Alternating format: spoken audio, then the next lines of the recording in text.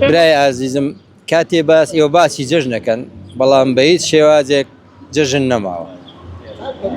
تەنها بە وشە و بەناو ماوە بەڵام خەڵکی لە ناخ و لە دەروون و لە هەزر و هۆشیدا جەژنیتیان نەماوە لەبەرەوەی جەژن جاران یەکسان بوو لە لای هەموو کەسێ جەژن بەڵام ئێستا جەژن بووە بە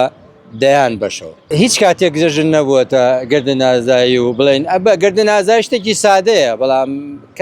قەت نەبووەتەوە کاری ئەوەی بڵێن ئینسانەکان یەکسان بن و جەژن بە یەکسانی بکەن تەنها وشەیەکە و ئەڵێ گردنم ئازاکە و گردن ئازابێ تەنها ئەوە نێوی چیتر ناخەوە ناخ چییە ناخی ئینسانەکان هەموو ناخەکانیان کوشتووە هەمویان سوستاندووە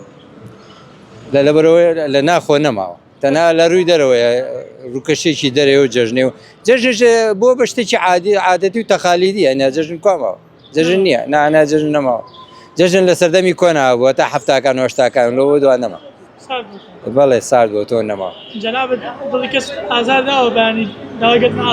وەڵی من قەناعەتم بە مەسەلەی گردن ئازایەوانە نییە ئەگەر بتوانی کەس ئازار مەدە و داوای گردن ئازاییش لە کەس مەکە لەبەرەوەی ئەوە باشترین شتە وەڵاهی گردن ئازایی بڕۆ ناکەم کەس ئازار میدا کە ئازاری کەسش نادەم